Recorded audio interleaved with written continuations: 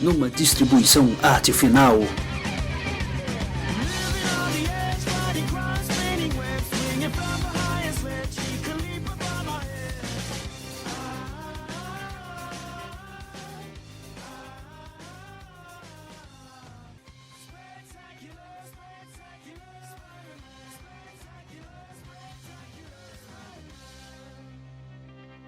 A Pilha do Aranha. Olá, Aranhada! Estamos aqui de volta no Pilha do Aranha, a nova ação do Arte Final, né, o podcast mais recente, caçulinha da família Arte Final. Eu sou Marcelo Miranda e nós estamos mais uma vez aqui nos dedicando ao nosso querido Peter Parker, vulgo Homem-Aranha, e acompanhando aqui comigo estão Vitor Azambuja. Estamos aí todos em contato com a nossa aranha interior. E Maurício Dantas. Eu pensei numa piada, mas foi muito feia, deixa pra lá. Vocês percebam que o nosso episódio hoje ele está entre o melancólico e o engraçadinho, o que combina perfeitamente com o autor que a gente vai tratar aqui hoje, o nosso tão adorado J.M. DeMatteis, ou DeMatteis, ou DeMatteis, como se pronuncia? Não sabemos, mas até o final do programa a gente decide. Já mostramos aqui tecnicamente que o nosso querido David Michelini, na verdade é David Michelini, vocês podem ouvir no episódio 2. Então, nosso desafio hoje é pronunciar corretamente J.M. DeMatteis. DeMatteis. Olha aí, ó, cada um vai aparecer com um e até o final um deles vai estar correto. DeMatteis a vida inteira. E é todo em português, é J.M. DeMatteis, né? J.M. DeMatteis, é verdade. Eu tô aqui J.M., tô tipo X-Men, né? Tô gastando no inglês aqui. Bom, mas antes da gente falar do assunto de hoje, que vai ser uma história do nosso amigo DeMatteis, vamos para a nossa querida sessão Aranha News. Aranha News, né, a nossa sessãozinha de introdução, a gente fala dos lançamentos no Brasil que carregam o nome do querido Homem-Aranha. Uma passada muito rápida aí para o pessoal que acompanha o podcast saber o que está chegando às bancas, livrarias, sites e onde mais você costuma adquirir os seus gibizinhos. E a gente sempre dá aquela passada no conteúdo das edições. Se a gente leu, a gente comenta muito rapidamente e também dá uma alfinetada nos preços, porque não está fácil para ninguém. Então vamos começar, né? A gente sempre começa aqui com o nosso luxuoso Vitor Azambuja. Puxa, muito obrigado, muita honra, né? Fico até assim envaidecido de ter essa sessão dedicada aos lançamentos de luxo do Homem-Aranha. E a gente sabe que no Brasil o lançamento de luxo significa capa dura e lombada. Então, no nosso departamento de lombadas, a gente vai ter o lançamento de O Espetacular Homem-Aranha Volume 13, da linha Marvel Saga, que compila odiada, para alguns amada, história Um Dia a Mais. Já foi publicado aqui neste formato de luxo na saudosa coleção da Salvat, que foi até o número 40, e agora chega nessa versão nova, entre aspas, da Panini. Vão ter roteiros de J. Michael Straczynski, ou J. Michael Straczynski, como preferir, Roberto Aguirre Sacca e Peter David, além de artes do Clayton Crane, Todd Nook e Joe Quesada. Essa é aquela famosa história do pacto, né? A história de como o Peter e a Mary Jane acharam muito caro fazer um divórcio e preferiram fazer um pacto com o demônio, que saía mais barato. Estou muito curioso, Vitor, em saber uma coisa que você falou. Você disse uma história odiada por muitos e amada por quem? Pelo Joe Quesada, claro. Ah, bom. Tá bom. Só para esclarecer para o ouvinte. É porque eu não tinha ouvido direito, entendeu? Também quero esclarecer uma coisa.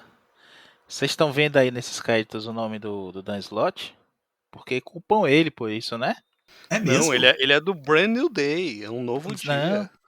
Mas existe todo um grupo na internet aí que culpa o pobre do Dan Slott pelo delete todo. Quando na verdade, inclusive, o próprio Quesada já admitiu que o que ele queria fazer é apagar tudo desde que o Harry entra na história.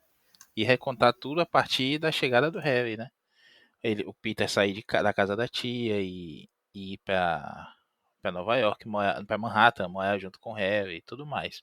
Ou seja, praticamente tudo ali. Você tira os 3 primeiros anos do Aranha, o resto não valeu. Bicho, sabe o que é pior? Porque já tinha a Ultimate Spider-Man nessa época, entendeu? Sim.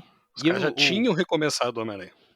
O Dan Slott bateu o pé. Ele é novato ainda, essa coisa de escritor, ele tinha feito coisas menores ainda. por enquanto.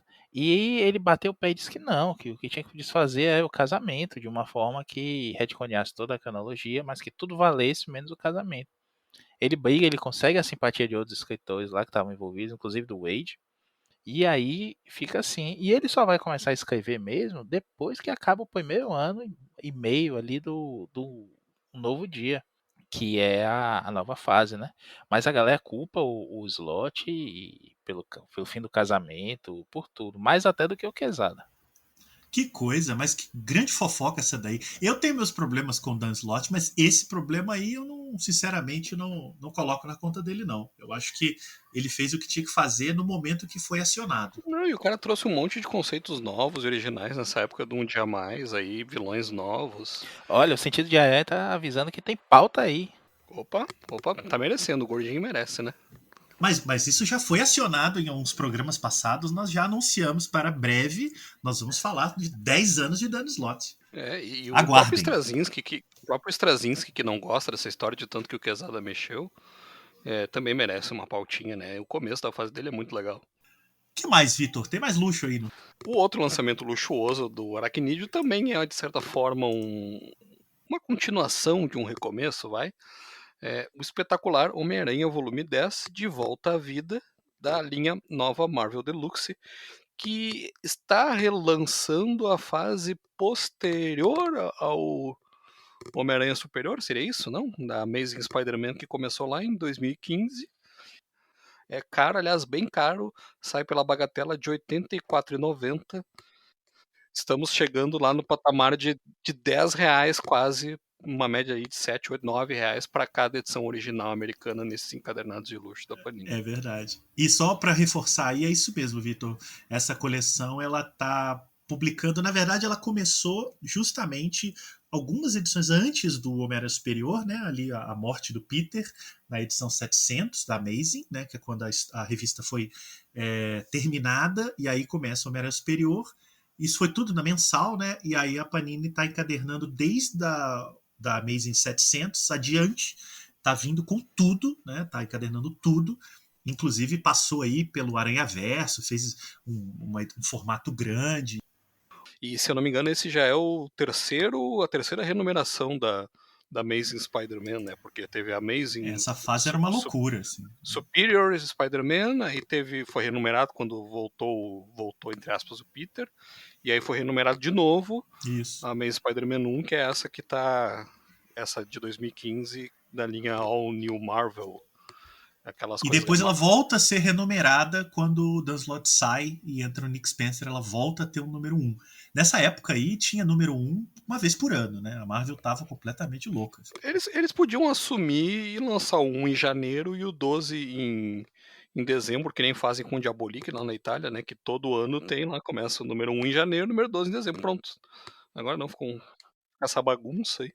Maurício Dantas, também temos a nossa categoria coleções, que não é um luxo, mas são coleções, né? É um luxinho. Já não tem essa lombada bonita do Vitor, mas é uma coisa mais. É que é o malho, cara. Você tem que malhar. Aí você fica com uma lombada. Eu tô quase engasgando aqui, desculpa. Eu me engasguei com a água aqui, tô quase morrendo. Tá reidratando, né? Tá Desculpa, eu recomeço, por favor. Não vai dar pra botar minha piadinha. Então vamos seguir aqui a lombadinha. Temos uma minissérie recente do Homem-Aranha no ar, aquele Homem-Aranha que apareceu até antes mesmo do Aranha Verso, né? Ele foi reaproveitado, ressuscitado ali no Aranha Verso do Dan Slott, que estávamos comentando agora, que é aquele Aranha do preto e branco, com capa e arma, né? De fogo e tudo mais. Ele é de uma linha da Marvel Noir, que teve vários Isso, personagens teve no ar. X-Men no ar, Cage no ar, Justiceiro teve... no ar. Saiu tudo Isso. aqui, essa porcaria. Em capa dura, né? Em capa dura, claro. E aí ele voltou. Mas na época que saiu não era muito caro, não. Elas saíam em preços bem razoáveis. O 1 e o 2 era bem razoável. Foi praticamente o precursor daquelas capas brancas do Marvel Now, né? Que a Panini descobriu que podia imprimir lá fora, acho que era na China, enfim. E saía barato, né? Então saiu aquela Magneto Testamento, que é muito boa, Namor, As Isso Profundezas, aí, isso aí. É dessa época Mitos aí. Marvel, exatamente. E aí saiu, eu cheguei a ter essas duas, eu acabei me desfazendo. Foram 2 volumes do Homem-Aranha no ar, bem legais. Inclusive, uma tinha o nome da música do Billy Idol, né? Ajudar o Peixe, que é Eyes Without a Face. E, e a segunda eu não lembro agora, já é um pouco abaixo, mas é uma. E esse agora é Homem-Aranha no ar, Crepúsculo na Babilônia, quase nome de reggae da Bahia, que é uma mini 5 edições da Margaret Stoll, que tem alguns gibis bem interessantes, e do arte do Juan Ferreira, que é okzinho assim, nada demais. Eu não li essa eu pulei, confesso, por vários motivos. Tá saindo por R$ 49,90, eu não me recordo agora se ela é capa dura ou não. É, capa dura, são É 5 capa dura. edições. E pra quem ficou curioso, essas edições originais do Homem-Aranha no ar, que é pré a versão dele do que aparece no filme, né, do Miles, o Aranha Verso filme, isso já é meio que pegando carona naquele sucesso do personagem, que é dublado no filme pelo Nicolas Cage. Vejam vocês, Nicolas Cage é canônico na filmografia do Homem-Aranha. Ela saiu as duas minisséries. Aonde? Onde ela saiu, as duas minisséries republicadas? Na coleção da Salvati do Homem-Aranha, que foi cancelada.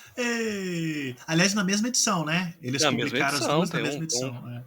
tem um volumezinho aí pra quem quiser, só um volume. Você Pô, tem que ali as duas legal. minisséries.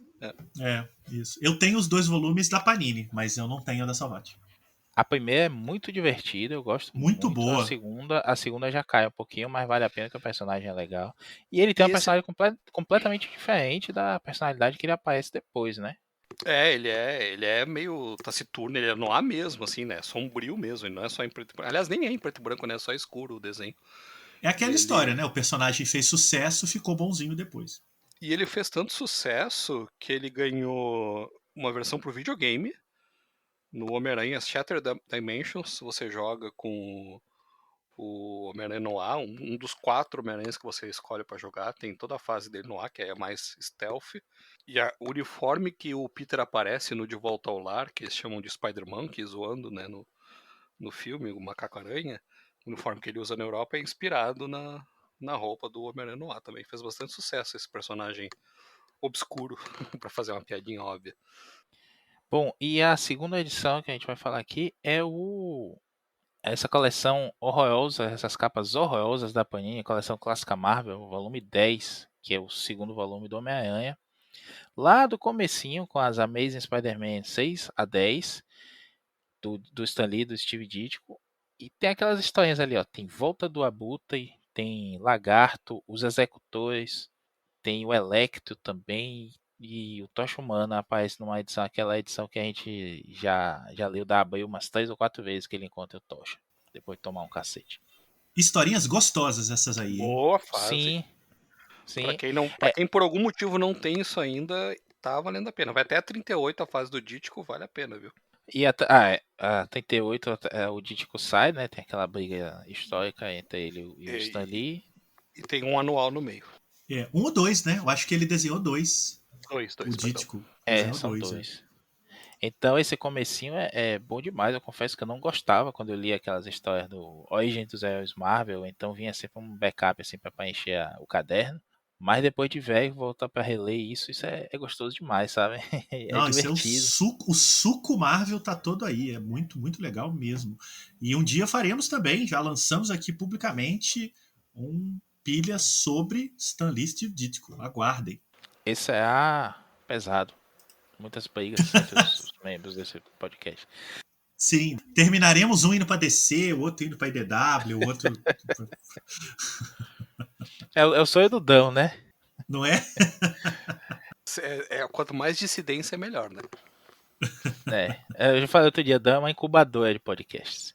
Bom, esse gibi é R$34,90, mais ou menos o preço ali daquela saga do Batman, saga do Superman e afins. Então é o padrão ali, capa cartão e lombada quadrada da Panini atualmente. Podia ser mais barato. Um elogio a essa coleção, que é uma surpresa vindo da Panini, né? É que tem muito material extra. Tem textos, tem contexto, tem capas. Eu tenho o volume 1 só, mas eu acredito que eles vão repetir no volume 2. Eu não compraria o volume 2 porque eu tô fazendo essa edição definitiva, tá tudo bem. Mas o 1 tava custando R$ 9,90, era sacanagem, né? Eu E foi bom para conhecer. Te falar, Marcelo, que isso não apareceu aqui em Recife. Nada Olha disso só. apareceu em banca até hoje. Eu vi e não peguei, porque era muita vermice, cara. Eu tenho um Omnibus da minha Spider-Man, que o primeiro é todo estilidítico. Tem uma Homem-Aranha Origins na coleção da Salvat, que não dá pra não falar. E eu não peguei isso aí, eu não vou pegar pra ter essa história de novo. Eu vou querer fazer essa coleção. Aí eu decidi não fazer, mas já tô revendo Eu essa peguei o decisão. volume 1 para conhecer o formato, até uma coisa muito baratinha, né? Falei, dever de ofício, vamos lá. Achei muito legal, mas não pretendo seguir, porque eu já tô realmente investindo nas definitivas, que são aqueles formatões, tá tudo bem. Eu acho que isso aqui vai dar muito volume e eu temo que a Panini pare isso daqui no meio e eu vou ficar muito chateado. Então, fiquei com um de protótipo, acho que parece uma belíssima coleção, se continuar vai ser bem legal de quem puder comprar. Tem material extra, tem texto do Leandro Luiz Delmanto, tem contexto das histórias. Eu fiquei bem surpreso, achei muito legal. Teve um investimento de trabalho ali. Mas isso aí é iniciativa do italiano lá, né? Que a Panini meteu aqui pra demitir o Levi e botar a ordem na casa em tese. Mas botar ele pra responder às redes sociais também, sem o cara aprender português direito primeiro, aí complica. Olha as ilações! Não, mentira. Mas a verdade, eu tenho prints. Me procurem nas redes sociais e me cobrem. O Maurício Dantas é o Luiz Miranda dos podcasts brasileiros. Boa. Muito bem. E enfim, chegando aqui nas mensaizinhas, e eu também acho que a gente pode falar nas séries regulares, né? Porque nem todas aqui são mensais. Falar muito rapidamente, continua sendo publicada a nova fase do Miles Morales, né? O Homem-Aranha. Já chegou o volume 4, que compila as edições 16 a 21 dessa nova série do Miles Morales de 2019, que tem roteiros do Saladin Ahmed. Uma série muito boa, acho que é um excelente gibi juvenil. Acho que a juventude que estiver lendo está em excelentes mãos e desenhos. Nessa edição, a arte é do Corey Smith, Carmen Carneiro e Marcelo Ferreira. E continua a história, o Miles, personagem sempre adorável, e saiu das mãos do Brian Bendis, né, o criador dele, e ganhou um grande companheiro aí de criação, que é o Saladin Ahmed, está fazendo um belo trabalho, sériezinha altamente recomendável. Tá saindo ainda esses encadernados de banca, né, e livraria, R$ 27,90, o precinho, capa cartão, legal. Por outro lado, né, continuam as mensais gourmet. Então a gente tem aí, a Panini divulgou um checklist de julho e agosto. Então a gente tem duas edições do Espetacular Homem-Aranha, edição mensal número 28, referente a julho, e número 29, referente a agosto.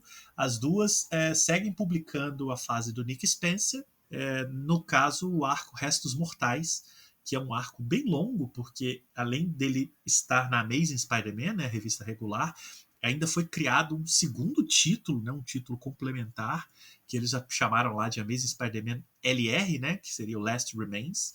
Então eles têm o mesmo número da edição normal, acrescentando o LR, para deixar bem claro que é tipo uma tainha Enquanto isso, né? do arco principal.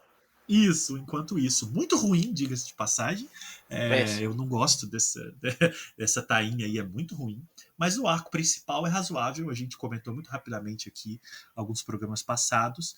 E já se revelou no Brasil a identidade do vilão condenado, né, o Kindred, mas a gente pode falar disso mais para frente. Então o leitor brasileiro já se decepcionou com a identidade desse personagem e logo a Panini vai estar concluindo a fase do Nick Spencer, né, que termina agora em setembro nos Estados Unidos. Acho que até o final do ano aí nesse ritmo, os 3 anos de Nick Spencer vão estar cobertos no Brasil. Essas mensais, elas custam R$ 20,90 por 96 páginas. Eu continuo achando isso impraticável.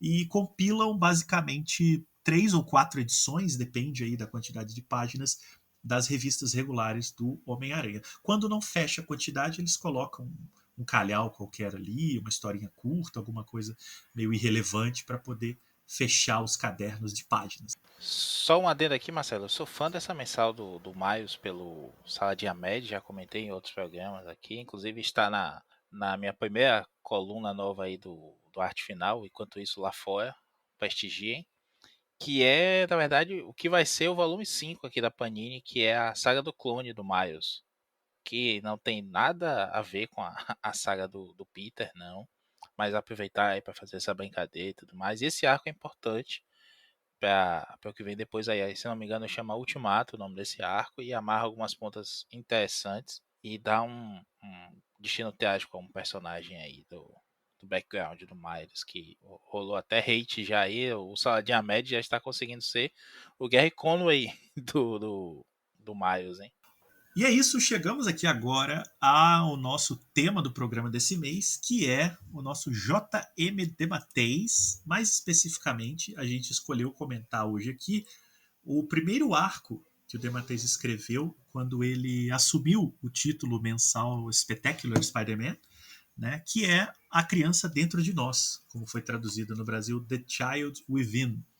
É uma história em 6 partes e um epílogo. Começou a ser publicada na Spectacular Spider-Man número 178 em julho de 1991, e é exatamente por isso que a gente escolheu. Além de ser uma história que todos nós gostamos muito, ela está completando 30 anos do seu lançamento, né? Um pouco mais, um pouco menos, porque foi em julho, mas ela durou 7 meses. Então, durante 7 meses, a gente vai poder comemorar 30 anos dessa história, o que é uma maravilha, né? E nada mais justo do que trazê-la aqui no Pilha da Aranha, por um motivo óbvio, né? Além de ser uma grande obra-prima, e eu acho que temos aqui um consenso, ela introduziu nós três, né, num Homem-Aranha mais maduro, em histórias mais sombrias e, inclusive, numa maneira de ler quadrinhos que nenhum de nós, naquele momento das nossas vidas, estava preparado para se deparar com aquilo. Nós vamos falar melhor disso já já. Vou fazer um breve resumo aqui. Bom, o J.M. DeMatteis, na verdade, se chama John Mark DeMatteis, e ele assumiu o título algum tempo depois de ter escrito a saga A Última Caçada de Kraven, que ele escreveu em vários títulos. Na época o Homem-Aranha tinha um monte de títulos, e ele escreveu essa história espalhada pelos títulos. Então ele não era um autor titular, ele foi um autor de um arco, né, um grande arco que se espalhou e se tornou um grande clássico. Mas no caso da Spectacular Spider-Man, ele assume o título mensal e imediatamente, né, traz de volta 2 personagens muito caros a ele, né? Um é o Harry Osborn, por uma relação afetiva que o DeMatteis tem com o Duende Verde, né? Ele sempre contou que a primeira história que ele leu do Homem-Aranha foi a história que revelava a identidade do Duende Verde, lá pelo Stan Lee e o John Romita. E o Ratos é um personagem que ele criou, nós vamos falar sobre isso também, e ele usou na Última Caçada de Kraven, né? Retoma esses 2 personagens e faz uma primeira história que foi absolutamente um marco acachapante, A Criança Dentro de Nós. E depois o DeMatteis continuou no título, né? Ele vai escrever ininterruptamente a revista até a edição 203, em agosto de 1993. Então ele ficou 2 anos escrevendo a Spectacular. Ele vai concluir, inclusive, na saga Carnificina Total, que é uma outra história que fez a nossa cabeça por motivos bem diferentes. Depois ele volta, né, ao Spectacular Spider-Man e fica da 241 em 96 até 257 em 98. Então ele tem fases muito longas na Spectacular Spider-Man e fases muito distintas também, né? A gente pode tratar um pouco disso aqui. Vitor, antes de você adentrar aí no que a gente combinou, você pode falar brevemente do seu contato com A Criança Dentro de Nós, ainda não entrando na história. A história a gente fala daqui a pouquinho. É definitivamente a história que me fez gostar do Homem-Aranha como eu gosto hoje. E muito provavelmente uma das que eu conto na mão que me fizeram gostar de gibis como eu gosto hoje. Eu tinha 12 anos, 11 para 12 anos. Estava na minha primeira viagem para fora do país. Fui para Portugal visitar uns amigos da minha mãe que estavam morando fora, e aí eles tinham família, tinham casa lá em Portugal. Antes de voltar para o Brasil, eles foram para Portugal. A gente aproveitou e até para fazer turismo mesmo. Fomos lá. E aí minha mãe me recrimina até hoje, dizendo que eu não aproveitei nada da viagem, não fiz nada do turismo, porque eu ficava lendo o gibi a viagem toda, e isso é a pura verdade. Eu não vou nem negar, é verdade mesmo.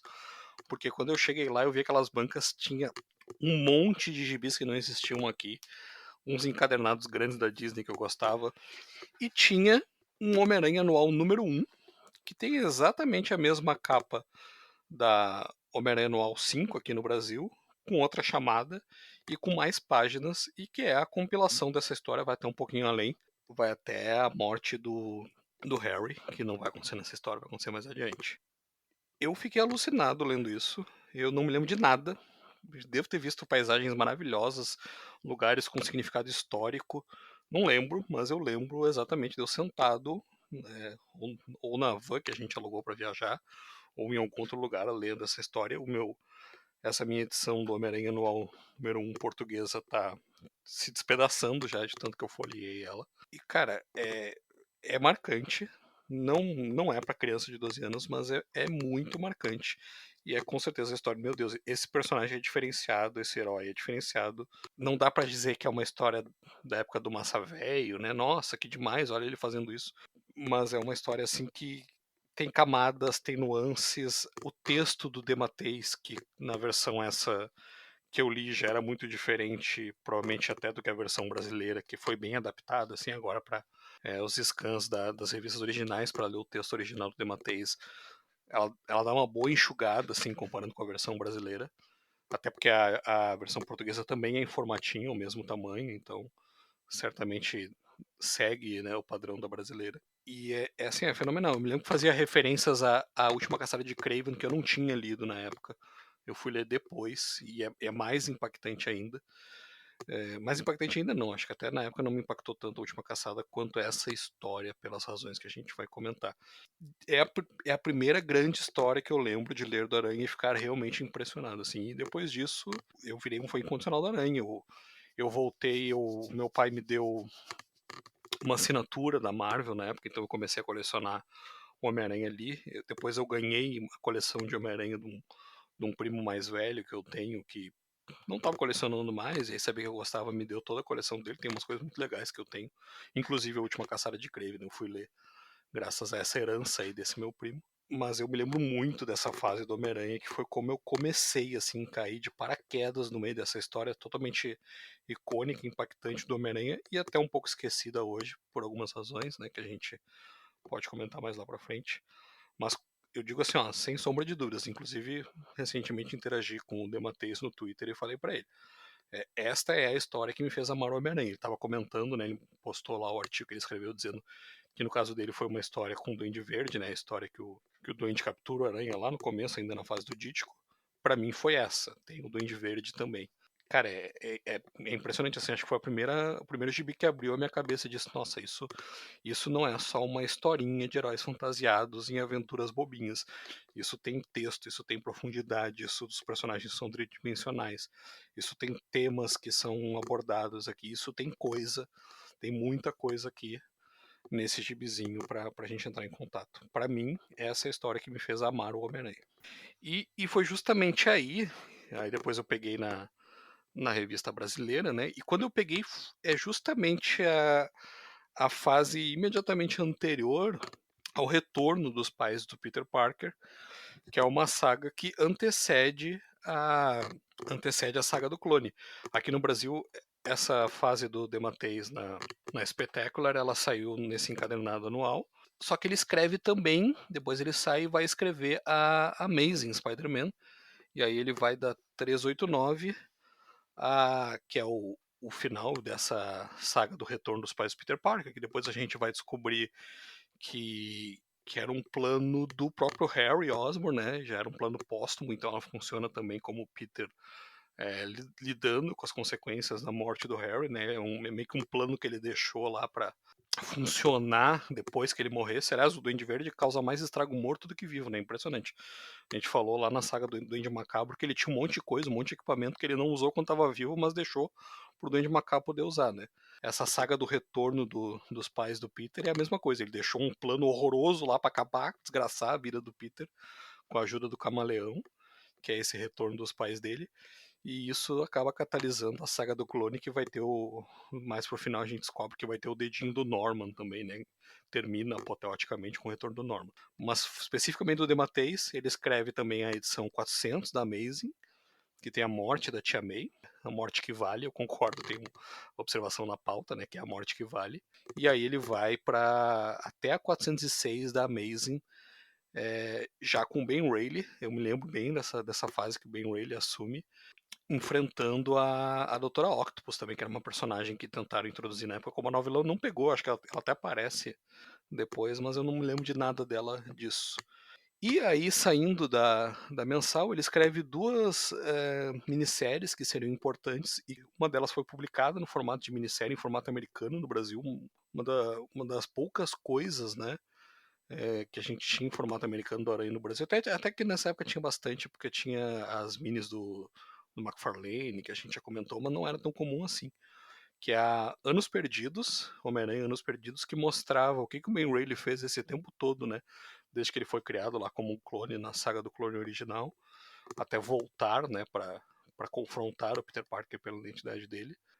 E ele escreve uma outra também já com o Ben com a identidade de aranha, né, com aquele uniforme característico dele, que é Spider-Man Redemption, que saiu aqui na Teia da Aranha, saiu na mensalzinha, né, na Teia da Aranha, que era a segunda revista mensal da Aranha aqui no Brasil, e nessa época ela já publicava histórias contemporâneas, não eram mais republicações de histórias antigas, e foi encadernada mais ou menos recentemente pela Salvat, mas não na coleção Capa Branca, calma, não vou falar de novo da coleção de Capa Branca. Na coleção de Capa Vermelha, tem uma edição dedicada ao Aranha Escarlate, Ben Reilly, e essa mini em quatro edições está inteirinha nessa encadernação aí. Tinha saído em formatinho antes da Teia da Aranha, agora então temos ela em formato americano.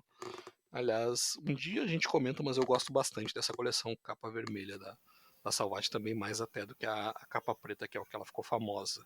E nessa Redemption ele retoma a parceria com Mike Zeck, que vem lá da última caçada de Kraven, e antes disso vinha também das histórias dele do Capitão América, onde vai ser introduzido um personagem muito importante para essa fase do Homem-Aranha. Pois é, antes do Maurício adentrar o submundo dos esgotos de Nova York. Coitado, o cara ficou com a parte mais fedida, coitado.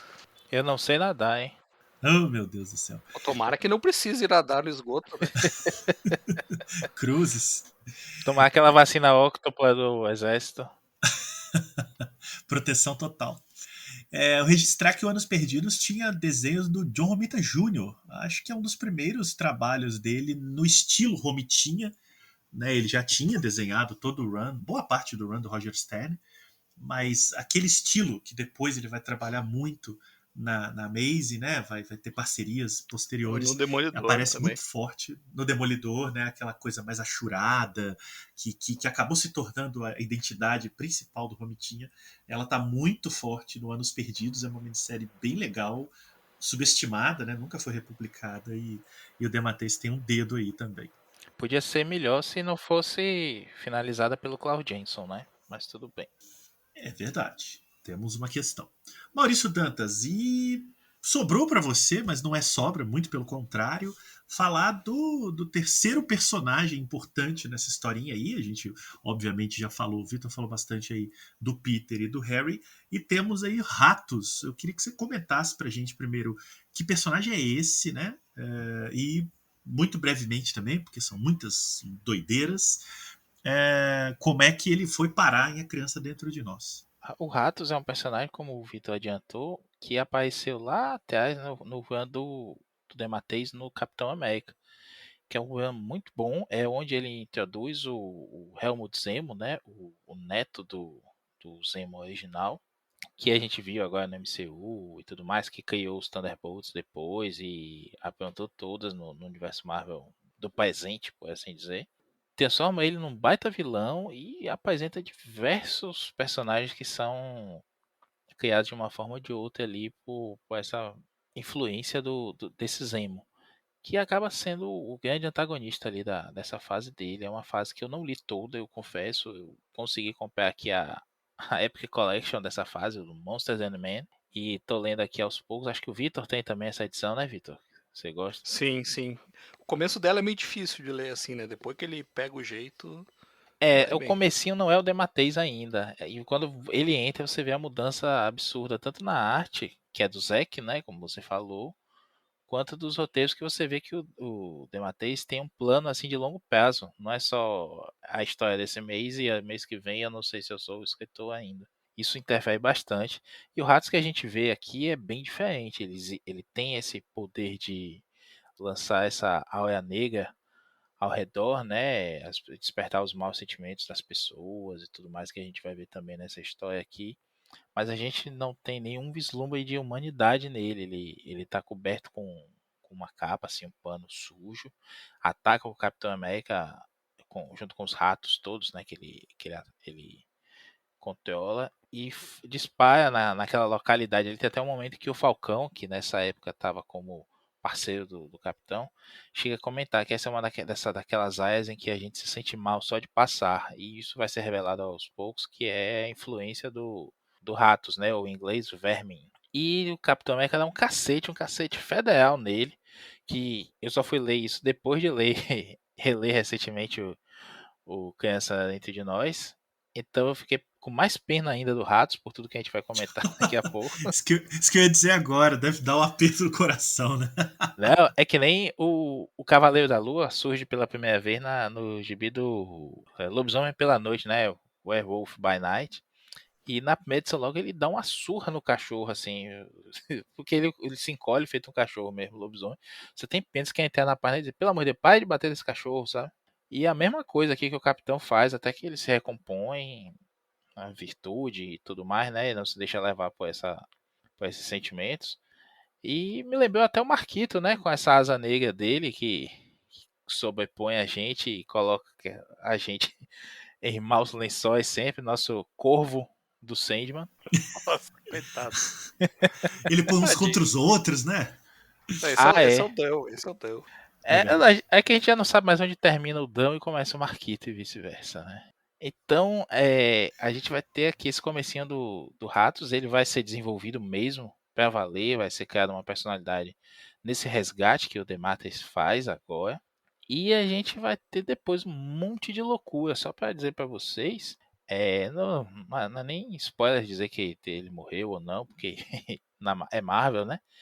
Houve uma morte dele, depois ele retornou recentemente naquela conspiração do clone do Slot.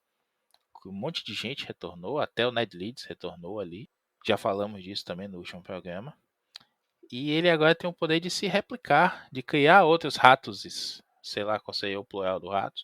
Não tem profundidade nenhuma, é um personagem que aparece sem falas e ataca as pessoas e morde, e um herói vai lá dar um cacete nele e ele some. O ápice do Ratos, pra mim, tá aqui, tá entre esse comecinho do plano do Demateis, enfim, na Espetacular, e o finalzinho lá, um pouquinho antes da 200, eu acho que é na 194, 196, que tem o arco da morte do Ratos, e que a gente vai ver a retomada aí de todo o plot da psique dele, ele enfrentando o condicionamento que o Zemo causou nele e tudo mais. E aqui, em Criança Entre Nós, que a gente entende o que foi que aconteceu com ele lá atrás, porque que ele se tornou Ratos.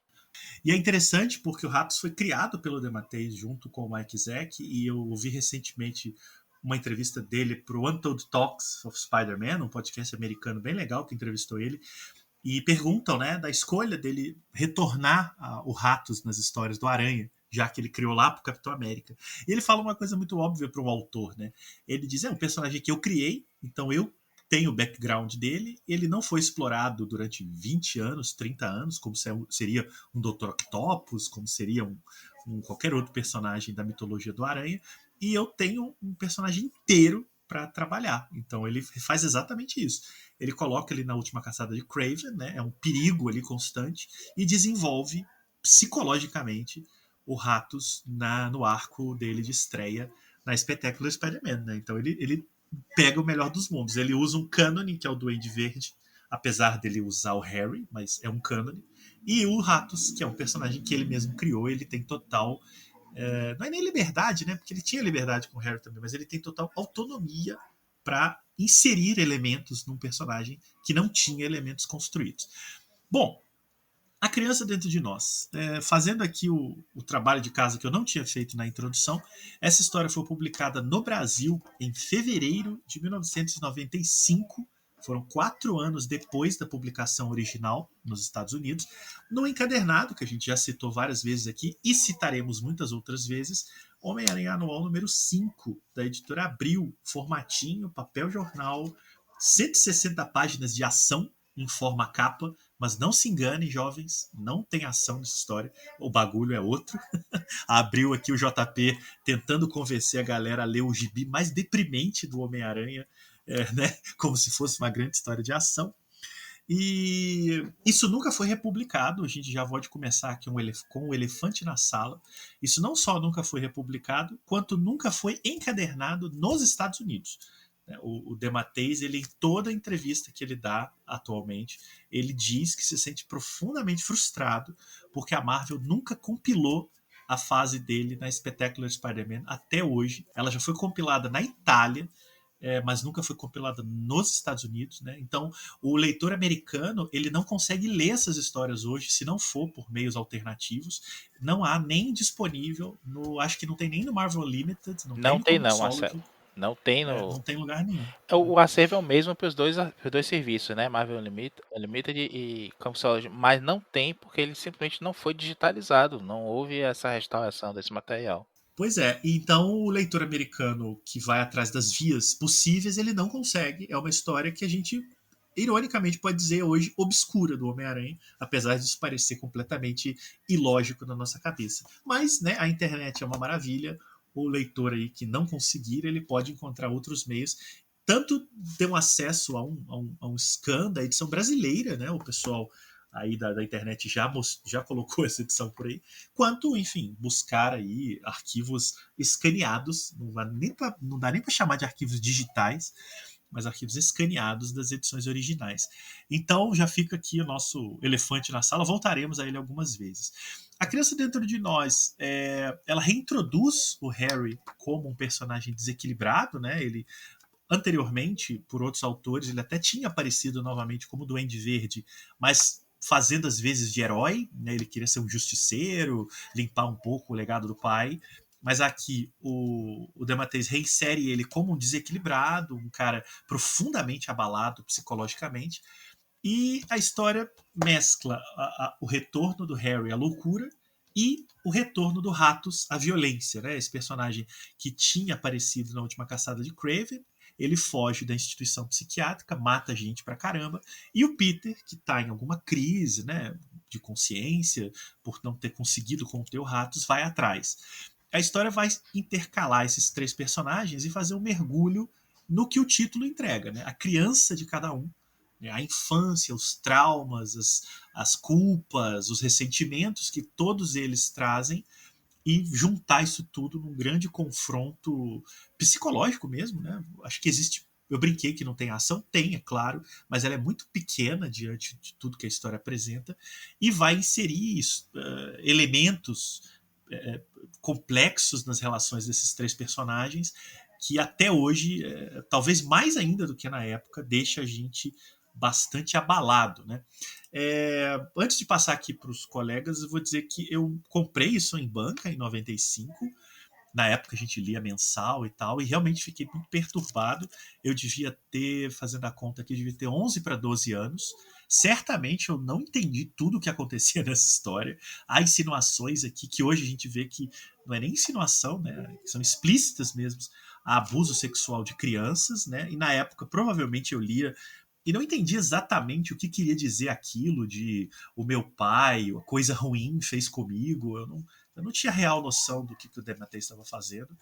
E relendo hoje, a gente fica muito abalado mesmo. É uma história que eu até acho que um pouco por conta disso ela ainda guarda um certo tabu de ser republicada, mas é uma história que mexe com assuntos e temas muito fora do que a Marvel está interessada em tocar hoje em gibis de linha. E pensar que isso era publicado na mensal do Homem-Aranha, né, a mensal secundária, digamos assim, mostra um pouco como os anos 90 tinham um certo descontrole, no melhor sentido, em gibis de linha da Marvel, né? O DeMatteis, na mesma entrevista que eu citei, ele disse que ele não teve nenhum problema com nada dessa história. Ele perguntam para ele, a Marvel em algum momento te pediu para não fazer determinada coisa e tal, e o editor dele era o Danny Fingeroth, acho que é um cara que o Maurício gosta bastante, deu total liberdade a ele, né? O DeMatteis também não é bobo, ele sabe até onde ele podia ir, E então ele fez a história que ele queria, ele não tem nenhuma mágoa da Marvel em relação a essa história. Bom, Maurício quer puxar alguma coisa aí da importância dessa história? O que você pensa dela, assim, das questões que ela levanta? Eu queria comentar duas coisas aqui, me sentindo Nelson Rubens desse podcast.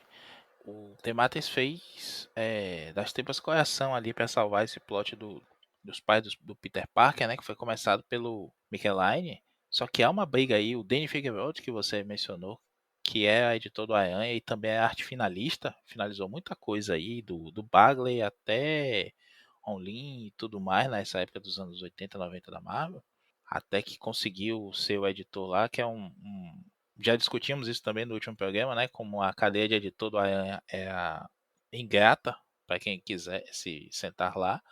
Mas ele foi um editor não inócuo, mas simples, né? Deixava as coisas acontecerem, acompanhava ali e dava vazão a isso. Acho que por conta de ter um cara como ele, né? Que não tinha essa rédea tão segura assim, mas deixava os artistas à vontade, é que a gente viu muita coisa legal, tanto do Michelaine quanto do próprio Demateis, como você mencionou aí, né, que não houve essas exigências todas aí, ou recriminações editoriais. Quando o Fingerwood sai da editoria, é que o Michelaine sai também, porque o novo editor, eu mais uma vez não me recordo quem foi que entrou imediatamente depois, causa algum atrito com os escritores, troca as equipes criativas, e o Michelaine sai antes do finalzinho dessa parte lá e não deixa nada encaminhado assim, não diz, ó, os pais dele não são os pais, são isso, são os pais mesmo, enfim. E aí o Demater dá essa amarrada aí. Eu gosto muito também do que ele vai fazer lá depois na saga do clone, com o Judas Traveler, que pra mim é uma metalinguagem, é ele ali dentro, né, querendo explorar como o sofrimento altera os personagens, não deixa de ser um tema recorrente da história dele.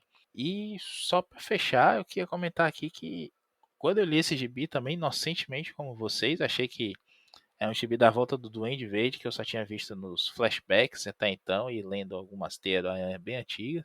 O mais importante nessa história não é o Duende Verde. Eu acho que tem, claro, né, é um grande chamariz ali você colocar um personagem clássico para retornar, tanto para os leitores mais antigos quanto para fins de efeito. É uma das capas mais chamativas mesmo da saga, essa aí que tem o Harry gargalando o Peter, né, os dois de uniforme, é um confronto que vai acontecer ali do meio para o fim da história. Mas é a história do Ratos que prende você e é um gibi que eu li muito. Eu parava no recreio, ou no intervalo do colégio e lia isso. E eu não ficava triste, não ficava baqueado nem nada. Mas eu sentia que era uma coisa séria que estava sendo contada ali. É isso que você falou, Marcelo. Me bateu agora quando eu reli também. A gente comentou isso, né, em off. De como essas insinuações que a gente meio que filtrava inconscientemente, né? Mas tá muito na cara. Ele fala de abuso infantil ali, ele fala de violências. A criança dentro de todos eles ali da história, né?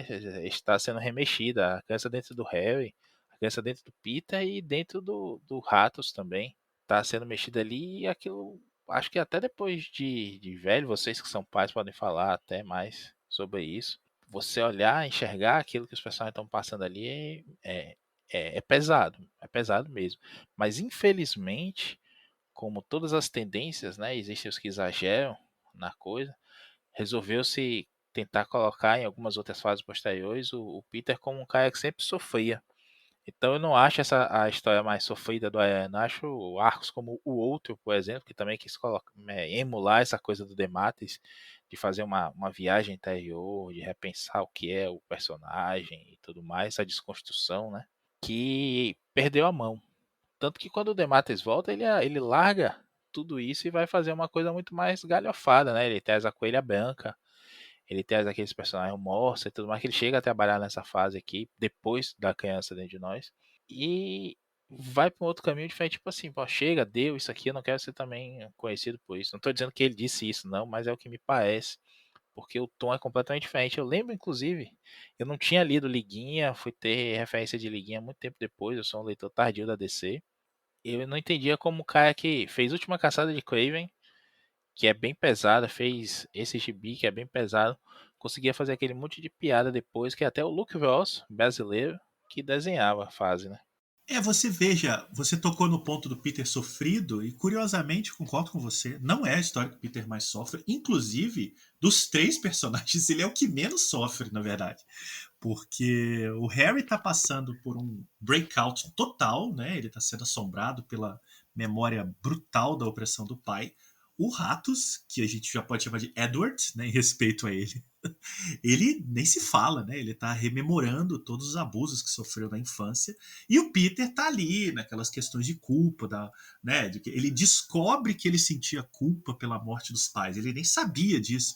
Ele precisa de um incentivo, de um truque do Duende Verde lá para poder encarar, né, esse fantasma da vida dele, que é a perda dos pais. Então, assim, eu acho que ele sofre por tabela. Mas o sofrimento dessa história mesmo tá no Harry e no Edward, certamente.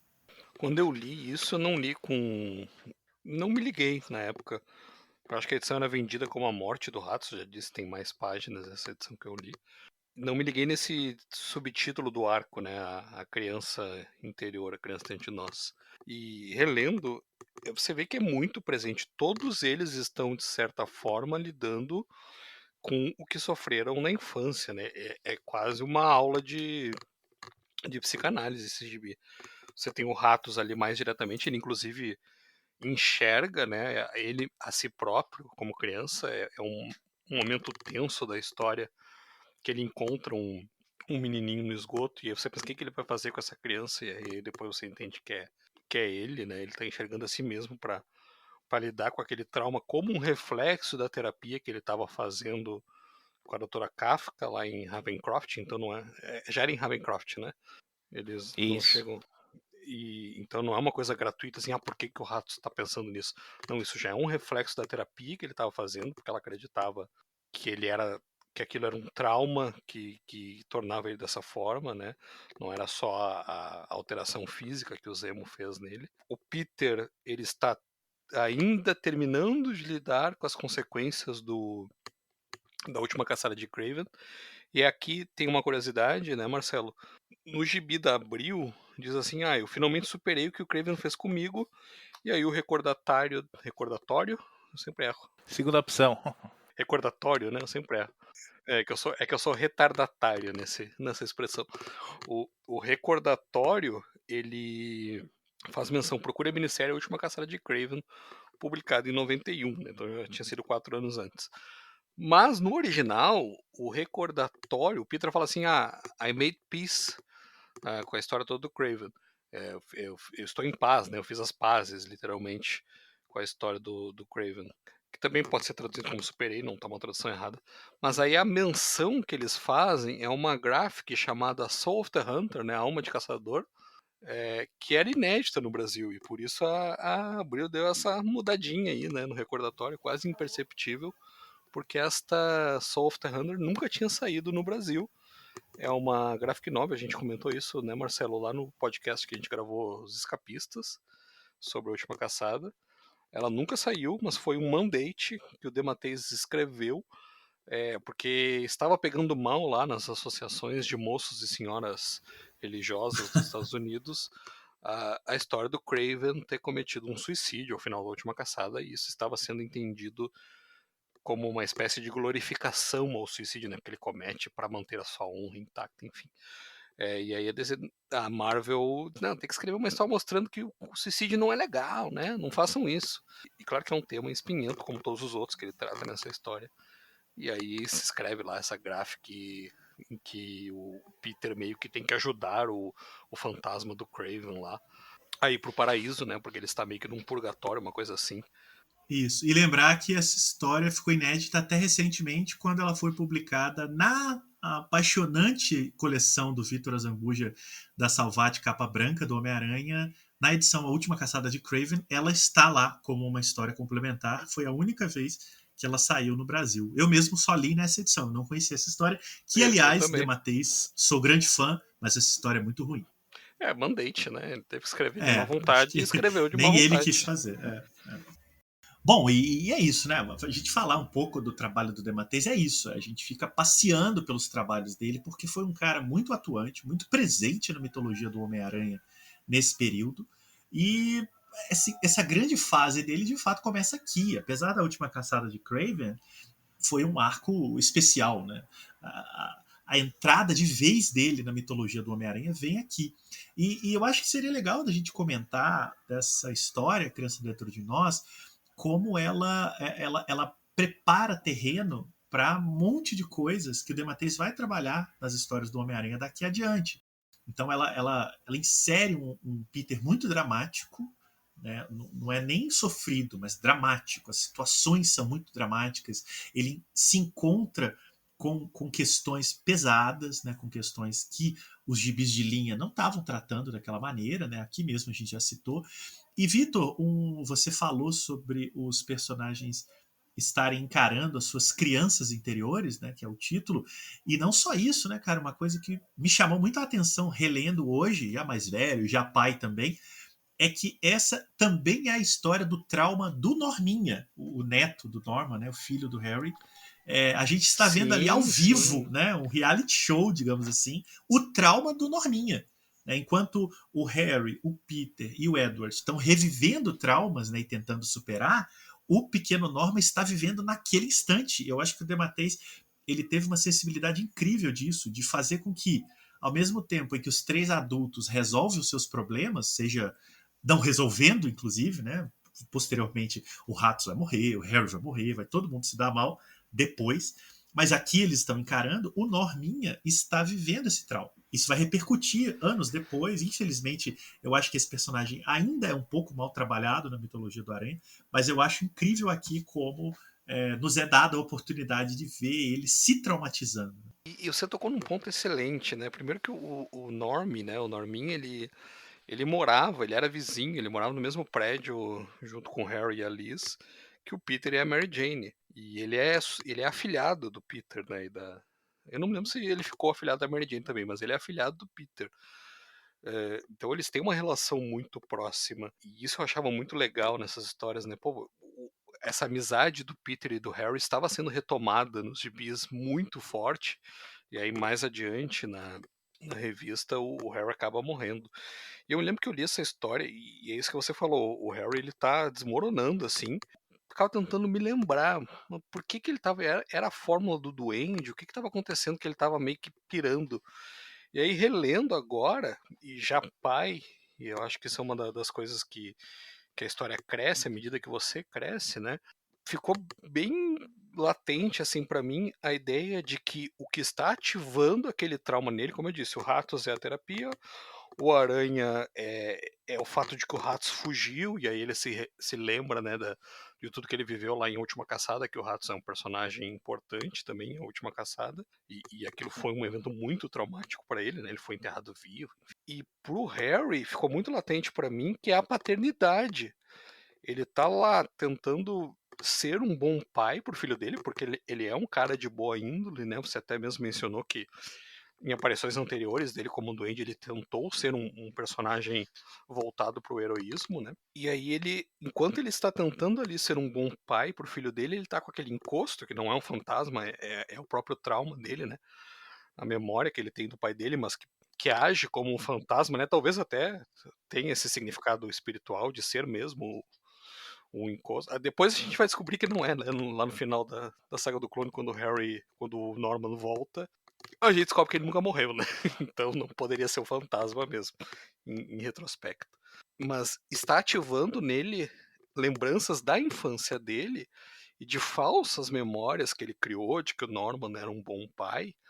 E ele tá vendo que não, tanto que ele tem discussões, né? Isso é uma coisa que eu adoro no texto de Matheus, esses diálogos internos que o personagem tem, e a arte do Buscema é maravilhosa, e a maneira como esses diálogos internos aparecem nos recordatórios, né? Inclusive mudando o estilo de letra, mudando a cor, eu acho sensacional isso. E o Harry tá tendo esse conflito, né? Ele está tentando lembrar da infância dele como uma coisa bonita, porque ele sempre teve o pai dele em grande estima, né? E na verdade não foi. Não foi bonito. O pai dele não era esse pai amoroso que ele quer ser pro Norminha. E para mim é isso que tá provocando nele esse meltdown, né? Essa crise psicótica que ele tá tendo, que vai levar ele a voltar a vestir e assumir, né, a identidade do Duende, inclusive tentar matar o Peter, que era um grande amigo dele. Eu achei muito legal relendo, legal no sentido de, nossa, como tem profundidade isso, né? Relendo ver isso. O grande conflito do Harry no começo dessa história e até o fim é isso. Ele não consegue conciliar a paternidade dele com o Norminha e a paternidade do pai dele em relação a ele próprio. Então ele fica vendo o Norminha se divertir e o encosto fica lá. Né? Porque você devia estar ensinando pra ele como é que é o mundo, que nem eu fiz contigo. Né? Tem uma cena tem uma cena chocante no começo que o Norminha tá vendo TV ali, né? Porque o Harry tá com ele, eu gostava de ficar vendo TV com meu pai e tal. E aí o encosto fica lá, não, porque ele não tá te ouvindo. Né? Aí ele dá uma bronca no guri, que o guri olha, mas pai, o que eu fiz? E cara, e aí ele muda imediatamente, né? De um quadro pro outro, ele muda, não, você não fez nada, né? Meu menino bonito, ele chama de Beautiful Boy no original, né? Essa página ela é incrível mesmo. Essa página é incrível. Não, tem uma série de páginas incríveis. O Vitor me acionou, para usar um termo adequado que ele está usando aí, um assunto que eu queria pedir para o Maurício comentar, que é o Salbucema nesses desenhos, né? O Dematteis disse nessa mesma entrevista, eu vou citá-la bastante aqui, que é o melhor trabalho dele com um parceiro criativo, ele considera o trabalho que ele tem com o Salbucema escrevendo e desenhando o Homem-Aranha, não só na Criança Dentro de Nós. E olha que o cara trabalhou com o Mike Zeck. Mas ele diz que houve ali um encontro, né, que ele chega a comparar com um encontro com uma pessoa por quem você se apaixona. Ele até dá o exemplo de encontrar, no caso, uma garota numa festa, né? E ele fala, você pode puxar assunto com alguém que você está afim numa festa. Pode ter ou não ter química. No caso, com o Salbucema, a química foi imediata e eles são grandes parceiros criativos, foram por muito tempo. Então, Maurício, você que também é um grande fã de Salbucema, o que você pode nos dizer da arte dessa história? Rapaz, eu tenho vontade de perguntar pro Dematteis qual é a interferência de cada um, assim, a influência de cada um, né? A gente sabe que o método Marvel dava algumas linhas só escritas, ou algumas páginas em texto corrente para que o desenhista fizesse a separação de quadros e editasse o ritmo da história. É importante haver uma sintonia ali para que a história fluísse, né? É o que acontece com o Micheline, por exemplo, ali no comecinho com o McFarlane e tudo mais. Já rola algumas tretas também, né, com o Bagley, que a gente já comentou também. Ó, claro, isso tudo é oriundo da relação ali do Stan Lee com o Jack Kirby, né, a forma como eles produziam, com o Dítico também funcionou muito assim no Aranha, no comecinho. Então eu queria saber, porque depois disso, principalmente nos anos 90, cada um já tinha seu estilo de escrita, como trabalhava com cada desenhista. Porque o que o Busceminha, como a gente chama, né? O John Buscema, o irmão dele é famoso Buscemão, e o Sal. Bucemão. E o Sal é carinhosamente conhecido como Busceminha. E muita E, gente ainda acha que um é filho do outro, né? Eles são pois irmãos. é. Juventude, eles são irmãos. E aí a gente vê uma mudança do estilo do Sal. As duas edições imediatamente anteriores são desenhadas pelo Sal e escritas pelo Kurt Busiek, né? O Vitor até chamou a atenção disso. E é um filler, naquela época, mensal é isso, né? É entregar uma edição por mês ali. Enquanto saiu o escritor que estava na revista, joga umas 3 ou 4 histórias, aquelas histórias de gaveta que estavam lá guardadas, para preencher até a gente conseguir fechar com um novo escritor. E também não é nada de, tá vindo o Hickman agora aí. É assim, ei, fulano, você tá com tempo livre aí, quer escrever a Teia do Aranha? Mais ou menos Oi, nessa pegada sumido. muito. Então, putz, quem é que tá na redação hoje? Chama lá, fulano. O famoso soldado no quartel tá procurando trabalho, né? Até o Dematteis assumir, fica a uma rotação lá e o Salvo-Sema desenha esse arco anterior. E quando você vai ver a mudança, tanto de estética de página, quanto de a sobriedade do desenho até, de uma edição para outra, é completamente diferente. Eu não sei, não tenho esse registro se eles já tinham trabalhado juntos antes, mesmo que seja 1, 2 edições só. O traço do Salbucema fica mais sombrio, casando com a história, né? Não é aquela coisa sombria, fechada e tudo mais, não. Mas os closes, a repetição dos quadros já começa com aquele grid gigante, né? Mostrando o rato sendo filmado, alguns truques de narrativa muito divertidos de você ver ali. Depois vai ver o lugar comum, a gente tem Cavaleiro das Trevas, que tem essa coisa também da televisão mostrando outros pontos de vista e tudo mais. E você vai vendo que são momentos diferentes da história, né? Essas fitas do rato são a doutora Kafka revendo o tratamento e fazendo uma ponte sempre com o que está acontecendo no presente da história. Então, você tem essas linhas temporais, você tem um design de página diferente, você tem essa sobriedade, inventando palavra aqui, do desenho. E o Sal ainda faz um negócio que eu adorava, isso me marcou demais lendo o gibi nessa época, que é aquela aura que ele coloca, sempre tem a luz atrás e acima do aranha, né? Então ele faz aquele traço para deixar liso, sem aparecer teia nem nada nos ombros, na parte de cima da cabeça do aranha.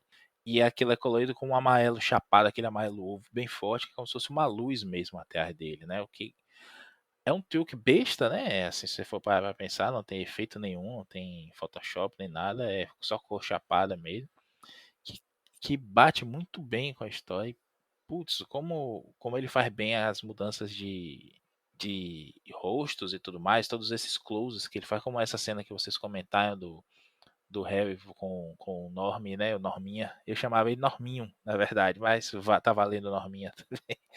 E como ele muda o rosto, né? A expressão, o personagem do Harry ficando possesso, saindo do controle, os fantasminhas, né? Os encostos lá, tanto do Norman quanto do Peter que aparecem falando com ele.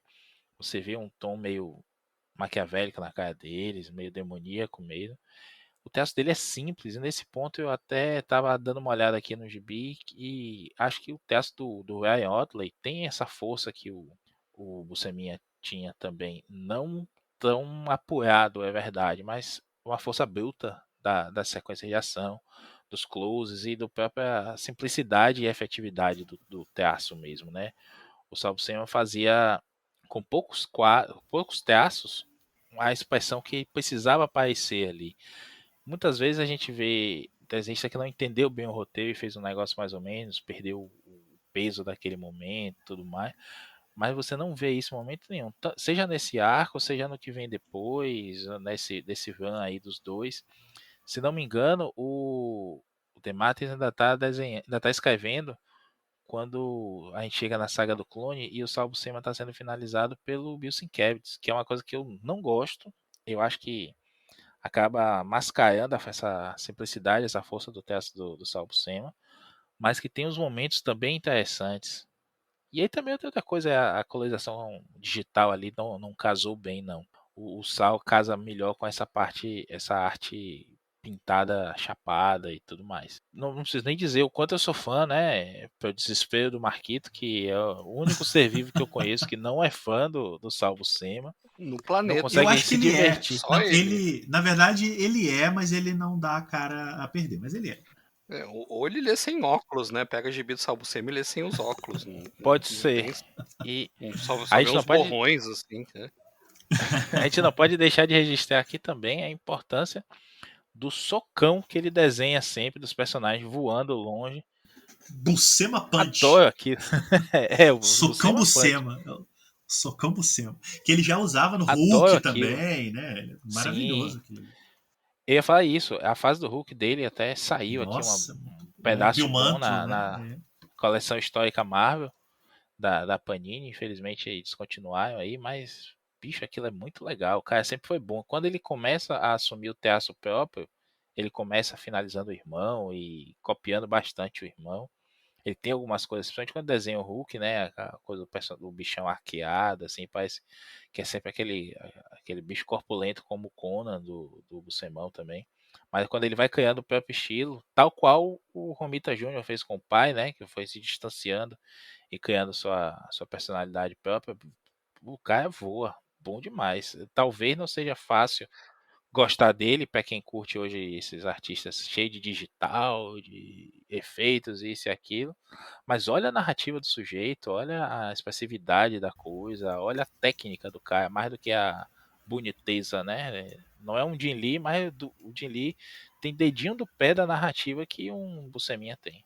Tinha, coitado. Você falou bem, cara. A técnica narrativa, visual, gráfica do Sal Buscema é sem igual. E para ficar nessa história que a gente está comentando, né, para não viajar demais, O que ele faz aqui realmente é impressionante. A gente pode tranquilamente colocar ele como coautor. Inclusive, o Maurício, você falou do DeMatteis, né? Ele fala muito disso, de que ele trabalhava no estilo Marvel nessa época, né? Então ele mandava um roteiro escrito, o Buscema desenhava, mandava de volta e ele colocava os diálogos. Ou seja, um estilo bem Stan Lee, né? Só que mais elaborado, assim, não era aquela coisa mais avacalhada do Stan Lee. E ele diz que várias foram as vezes em que ele escrevia muito, ele diz que os roteiros dele eram muito detalhados, voltava às páginas do Buscema e ele não tinha coragem de colocar os diálogos, porque ele dizia que o Buscema dizia tudo no desenho. Tudo que ele tinha explicado pelo roteiro, o Buscema conseguia colocar no desenho e dispensava o uso de palavra. É por isso que muitas páginas dos dois não têm palavras, porque havia ali um encontro de ideias. E são sensacionais essas páginas de silêncio, assim, né? Isso é Eu muito acho que o verdade silêncio mesmo, né? potencializa o peso do que está acontecendo ali. Não precisa dizer nada, só veja. Nessa história mesmo, tem sequências de 3, 4 páginas sem diálogo, sem recordatório, sem nada. Os personagens, eles falam com as expressões faciais, né? O Buscema era muito bom nisso, né? Ele transmitia os sentimentos pelo rosto dos personagens muito bem. Então você tem cenas maravilhosas. Tem uma página que eu gosto muito, que mostra em contraponto, bem no começo da história, o Peter deitado na cama com a Mary Jane, no outro apartamento, o Harry deitado na cama com a Liz. E o Peter tá lá segurando a Mary Jane com um braço, com cara de determinado, de brabo louco pra sair pra caçar os ratos, né? Porque ele odeia os ratos. Ele diz que o ratos desperta tudo que tem de ruim nele e até é um poder que os ratos têm que eles retomam, né? A Kafka explica, tipo um veneno psíquico. Mas isso não é só por isso pro Peter, é por causa do que ele passou lá na última caçada. E você vê que o Harry ele tá apavorado. Então são 6 quadros ali sem nenhuma palavra que você entende na hora. Se fosse antigamente, se fosse o Stan Lee escrevendo, ia ter um texto gigante, 2 homens, um determinado, o outro apavorado, com medo, ia ter todo um textão explicando o que estava acontecendo na cena. E o DeMatteis tem essa sensibilidade graças a sensibilidade que o Buscema tinha para transmitir no desenho, né? Inclusive os personagens quando usam máscaras, é, o Buscema consegue transmitir as expressões faciais do próprio Aranha, né? E que bom que ele teve essa sensibilidade de fazer isso mesmo, né? De entender, como vocês falaram, que o silêncio dá um impacto maior, parece que fica aquele eco, sabe? A gente brinca, né? Um ensurdecedor som do silêncio, né? Parece que você ouve aquele silêncio aí, tum, sabe? Dá uma marcação de suspense muito boa, assim. Isso é outra coisa que eu adoro nesse gibi. Ele te traz pra dentro da história, né? É como se saísse a mão lá do aranha e te puxasse. Vem e vem conosco. Você começa a ler isso, você fica absorto, não tem como. Talvez por isso a minha mãe reclamasse que eu não lembro de nada da viagem. É verdade, eu tava lendo esse gibi, sabe? Vou lembrar do quê? O DeMatteis, inclusive, a gente pode dar um salto aqui, já iniciando para finalizar, quando ele vai escrever a 200, que é a conclusão dessa história, né, com a morte do Harry, né, o Harry volta enfim, ele não vai sobreviver ao final da história. Ele diz a mesma coisa, de que ele tinha enchido as páginas finais de recordatório, né, do Peter lamentando e tal, não sei o quê. E quando ele viu as páginas do Buscema com o Harry, né, efetivamente morrendo, ele não teve coragem de colocar palavras ali.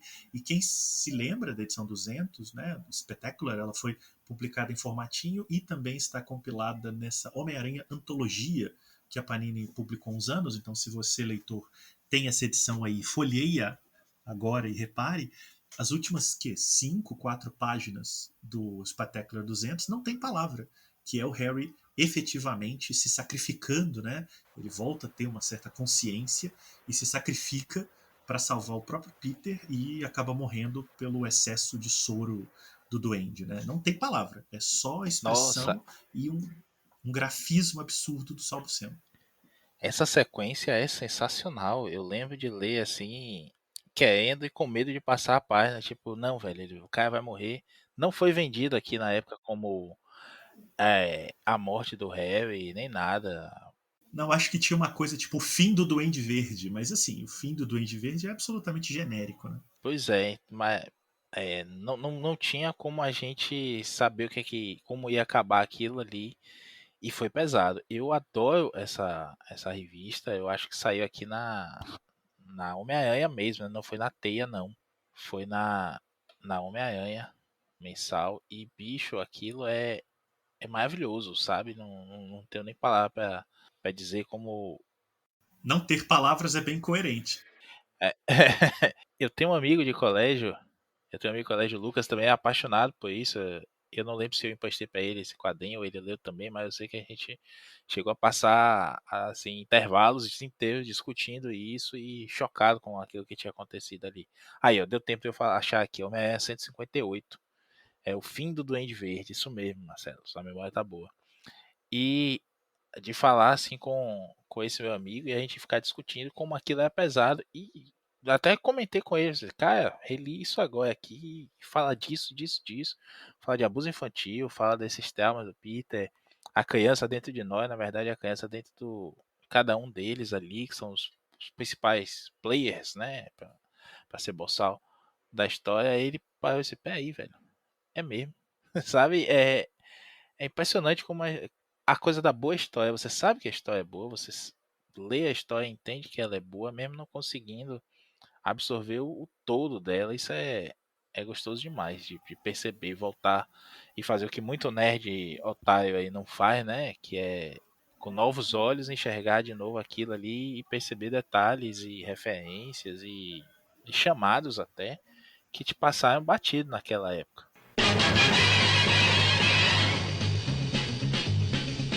Spider-Man, Spider-Man, does whatever a spider can. Spins a web any size. Muito bem, gente, e vamos finalizando aqui a nossa pilha, né? A criança dentro de nós, né? Todos nós aqui, curiosamente, né? Nós nos lembramos de quando lemos essa história pela primeira vez, então, em certa medida, nós fomos coerentes com a história, né?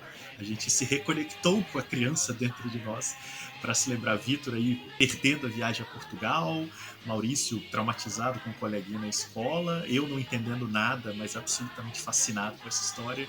Então a gente está aí, né, em tributo ao Dematteis. Quero aproveitar também para dizer uma novidade em primeiríssima mão aqui. Se tudo deu certo, esse programa está indo ao ar mais ou menos aí no dia 11 de agosto. Né? Se você, ouvinte fiel, estiver ouvindo no dia do lançamento, você vai saber disso. Tchan, tchan, tchan, tchan. Maurício, talvez você terá a oportunidade de fazer a sua pergunta para o JM Dematteis. Por quê? Por quê? Por quê? Porque ele vai aparecer numa live aí de algum canal grande? Porque o Arte Final vai conversar ao vivo com JM Dematteis.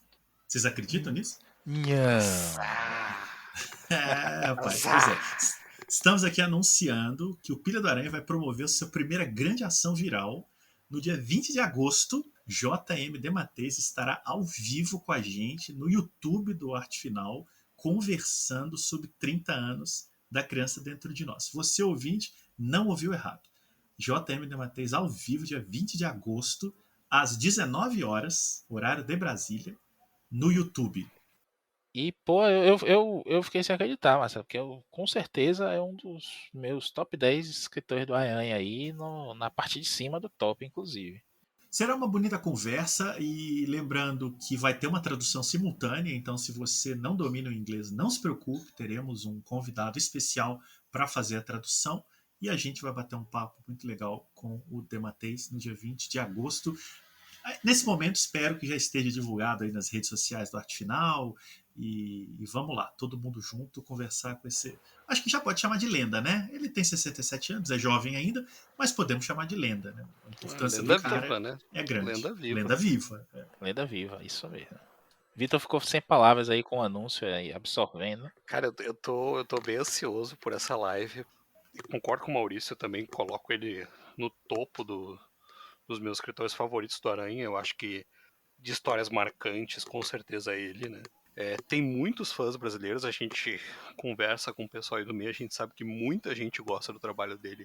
Seja no Homem-Aranha, que é o mais conhecido, seja no autoral, Moonshadow, Blood, seja mesmo no Capitão América, que eu acho que aqui ainda tá um pouco É um pouco mais difícil de conhecer, que a revistinha do Capitão América vendia bastante, mas não é tão famosa hoje como eram essas revistinhas do Homem-Aranha, então... E liguinha, né? Tá saindo a liguinha aí, o pessoal Liguinha, tá né? lendo a Liguinha. liguinha. É que a liguinha eu sempre penso no GIF, né? O Dematteis, ele fazia os diálogos. O mais recente dele aqui no Brasil foi o Scooby Apocalipse, né? Dele do GIF. Não é tão bom. Bom, eu acho que depois dessa bombástica novidade, a gente pode se despedir e nos vemos na live dia 20 de agosto. Até logo, meus caros.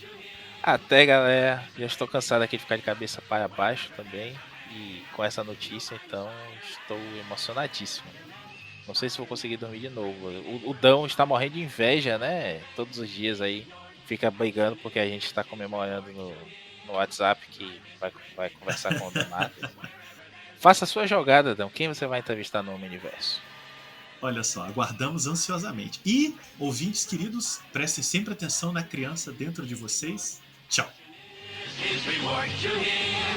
Life is a great big day. Wherever there's a hang, you'll find a Spider-Man.